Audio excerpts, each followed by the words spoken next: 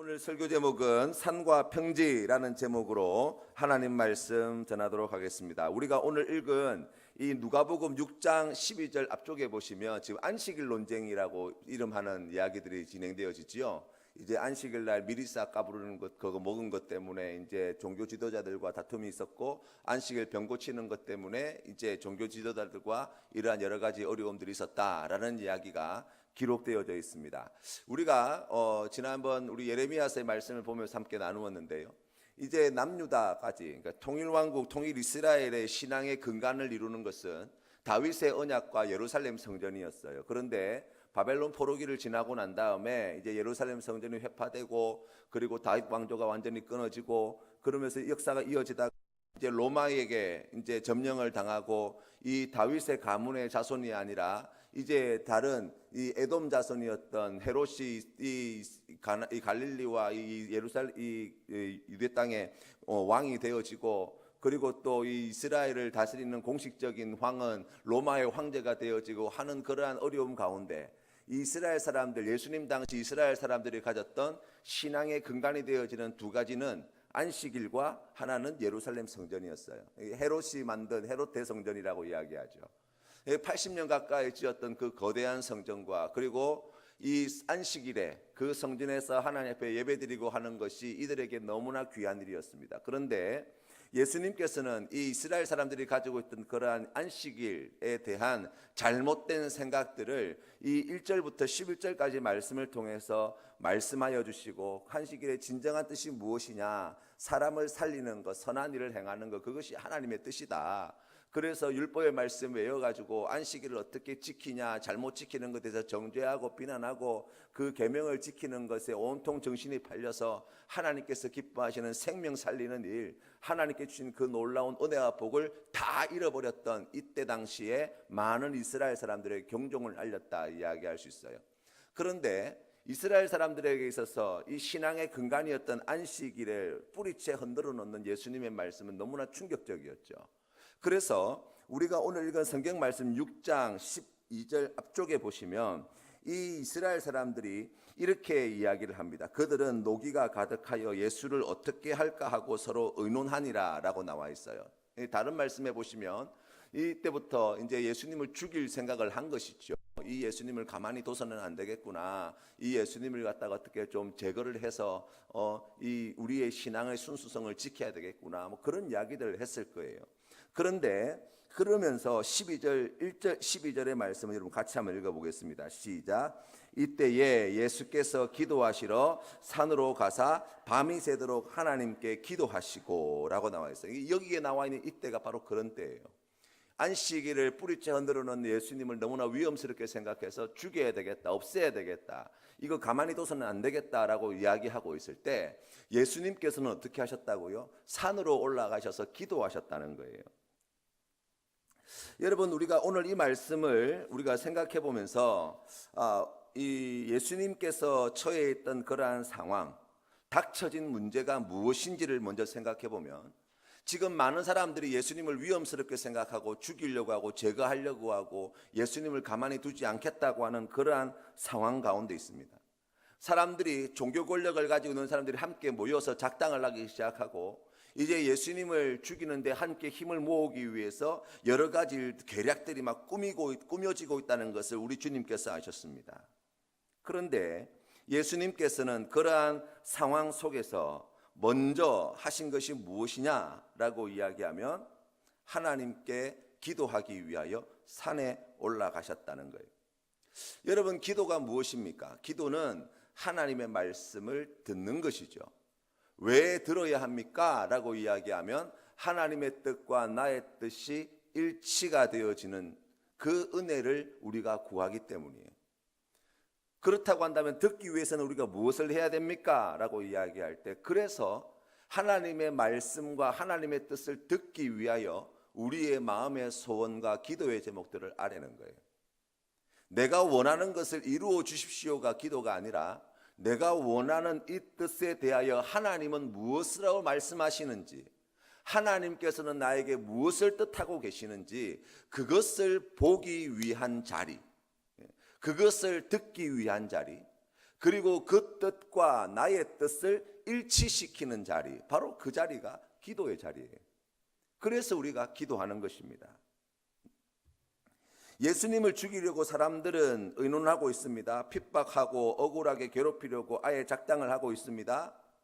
우리가 생각해 보면 그러한 상황 속에서 자기를 공격하려고 핍박하려고 모의하고 있는 그 사람들을 대응하기 위해서 나의 세력을 더 불리고, 그리고 그들에게 쫓아가서 이거 잘못된 것이라고 나무라고, 그리고 다시는 그런 일을 하지 못하도록 단단히 꾸짖고 하는 일들을 생각할 수 있는데, 예수님께서는 산으로 올라가셔서 기도하셨다는 거예요. 왜 그러셨나? 라고 이야기하면 하나님께서 기뻐하시는 뜻을 알기 위함이었고, 이 기도하러 올라가셔서 기도하신 후에, 밤이 새도록 기도하신 후에 예수님께서 하신 일을 보면 하나님의 뜻이 무엇인지 볼 수 있어요.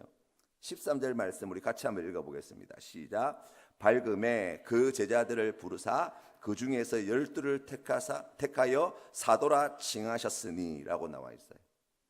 우리 예수님께서 이 땅에 오셔서 하셨던 여러 가지 많은 사역들이 있는데, 그 중에 가장 중요한 두 가지 사역을 꼽으라고 한다면, 첫 번째는 제자들을 세우는 것이고, 또 하나는 십자가를 지시는 일이에요.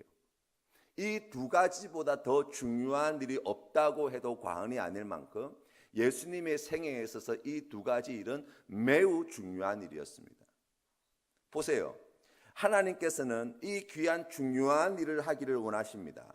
그런데 우리의 삶 가운데는 어떠한 일이 자꾸 생기는 거예요. 그 중요한 일에서부터 계속해서 우리의 시선을 빼앗을 만한 일들이 많이 생기죠.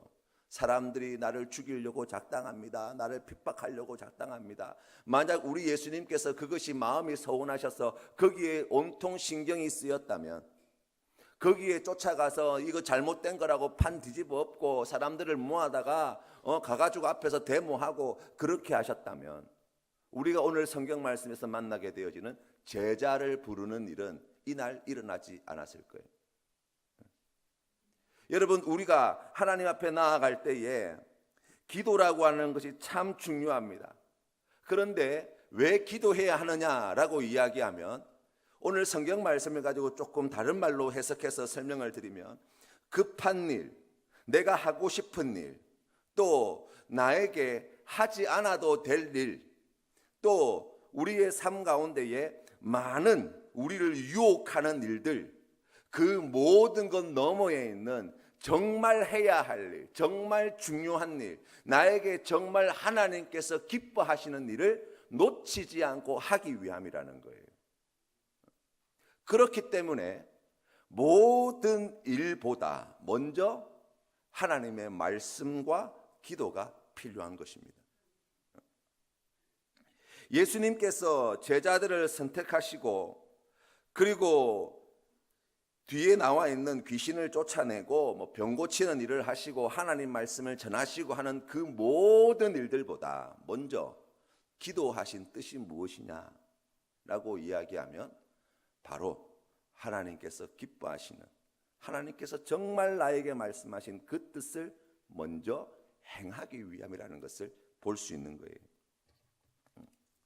사랑하는 성도 여러분, 우리가 말씀을 통해서 기도에 대한 여러 가지 주님의 그러한 가르침을 듣습니다. 누가복음 22장 4절 말씀에 보니까, 누가복음 22장의 말씀을 찾아보면 예수님께서 22장 46절 말씀에 이렇게 말씀합니다. 이르시되 어찌하여 자느냐, 시험에 들지 않게 일어나 기도하라 하셨습니다. 6장 28절 말씀에는 너희를 저주하는 자를 위하여 축복하며 너희를 모욕하는 자를 위하여 기도하라고 말씀하셨습니다. 우리 예수님은 습관을 쫓아 산에 올라가서 계속 기도하시는 분이셨습니다.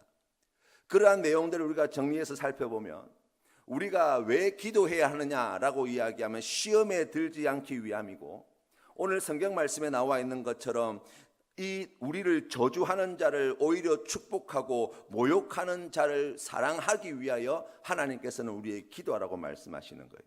정말 중요한 일, 나에게 정말 기뻐하신 일을 행하는 힘이 기도에서 시작되어진다고 계속해서 가르쳐 주시는 거예요. 그런데 중요한 것은 무엇입니까? 왜 예수님께서 계속 기도하라고 말씀하셨을까요? 안 해서 그래요. 지난번에 오셨던 이용규 선교사님하고 같이 식사를 하면서 그런 말씀을 나눴어요. 요즘 사람들이 아드레날린 중독에 빠져 있다는 거예요. 과로하고 있다는 거예요. 그래서 정신없이 일하는 것을 아주 그냥 미덕처럼 여기고 그렇게 사는 것을 당연하게 생각한다는 거예요. 신앙에서도 그렇대요. 기도하는 것이 중요한데 열심을 내어서 일하는 것으로 기도를 대체하려는 사람들이 많다는 거예요. 말씀을 듣는 것이 너무나 중요한데 사역에 정신없이 빠져 있는 것으로 말씀 듣는 것을 대신하려는 사람들이 많다는 거예요. 목사님들부터. 너무 마음이 찔리더라고요.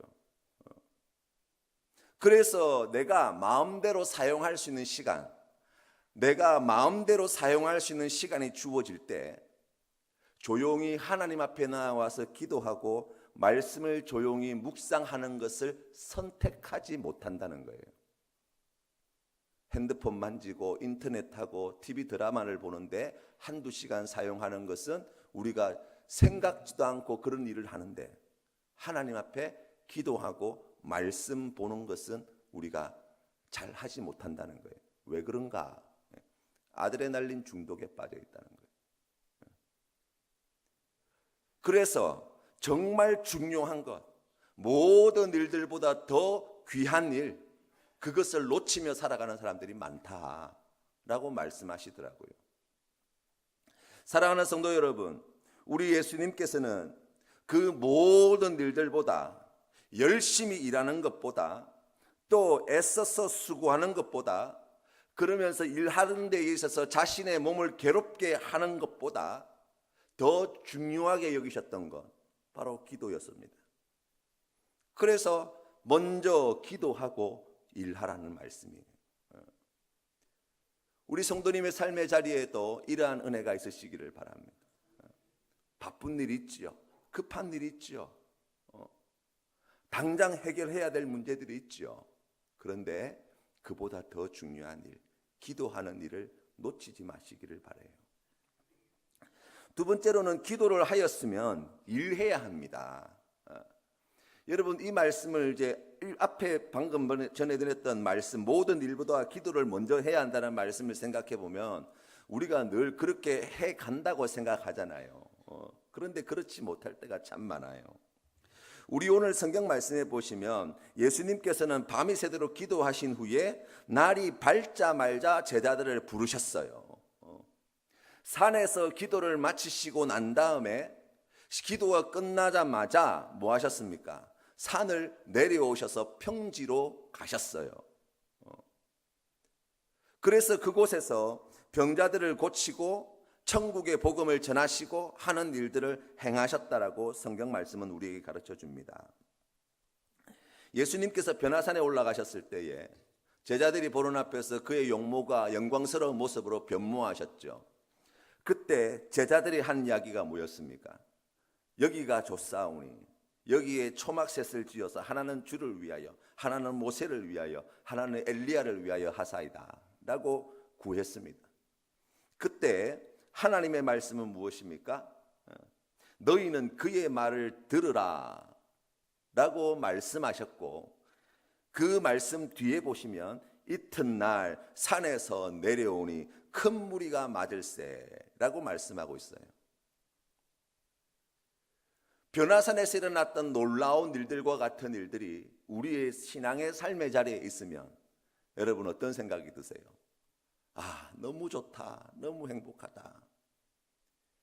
예배에 나와서 말씀을 듣고 찬양 부르고 기도하는 시간이 너무 귀합니다.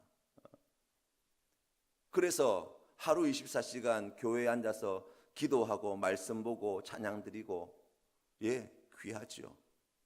그런데 하나님은 우리에게 일관되게 주신 말씀이 있어요. 그게 무엇입니까? 세상으로 가라는 거예요. 기도하셨습니까? 기도하셨으면 산에서 내려와 평지로 가셔야 돼요. 그곳에서 하나님께서 기뻐하시는 일을 행해야 합니다. 이것이 하나님의 뜻이에요. 우리 예수님도 산에 올라가셔서 밤이 새도록 기도하신 후에 하나님께서 기뻐하시는 뜻이 무엇인지 듣고 그 하나님의 뜻에 자신을 일치시킨 후에 평지로 내려오셔서 하나님께서 맡기신 그 귀한 사명들을 감당하셨어요. 사랑하는 성도 여러분, 만약 오늘 이 자리가 우리 예수님께서 오르셨던 산과 같이 하나님 앞에 우리가 기도하고 그 뜻을 듣는 시간이라고 한다면, 여러분, 우리의 삶의 자리에 이 시간이 꼭 필요합니다. 그런데 이 시간과 함께 늘 기억해야 되는 것은 이 산에서 평지로 내려가야 된다는 것을 기억해야 돼요. 하나님께서 기뻐하시는 그 일, 하나님께서 명하신 그 일, 하나님께서 바라시는 그 일, 그 사명, 그것을 감당할 평지가 우리에게 있어야 된다는 거예요. 기도만으로는 되지 않습니다. 평지만으로도 되지 않습니다. 기도하였으면 내려가 그 일을 행하는 것, 그것이 하나님의 뜻이라고 이야기합니다. 찬송가 442장 4절 말씀은 이런 가사가 되어 있습니다.